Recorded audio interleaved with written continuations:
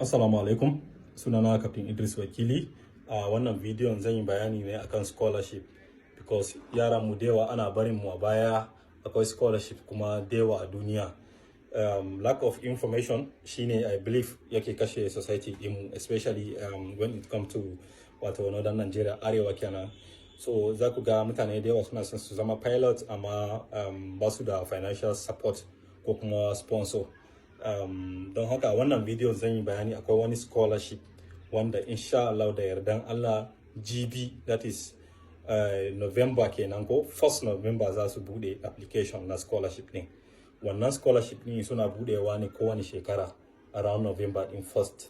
In sun bude gaskiya suna kokari suna awarding ma yara, especially international student kenan, especially African student ma zan ce. To mu mutane mu na Northern Nigeria yawanci ba mu san da wannan scholarship din ba, kuma an bar mu baya sosai. So wannan dama ne sosai wanda yara, wanda idan mutum yana son ya zama pilot kuma bai da hali wato bai da sponsor, don haka sai ku duba Experimental Aircraft Association EAA. In kun shiga website nasu za ku duba scholarship nasu sai ku yi applying. Amma akwai kamin mutum ya applying dole sai ya je ya karanta menene requirement da ake so da sauransu.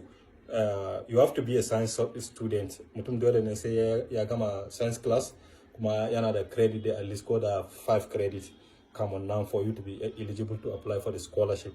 Da kuma other necessary requirement which is very important, irin su cover letter, su passport photograph, su recommendation letter from your school.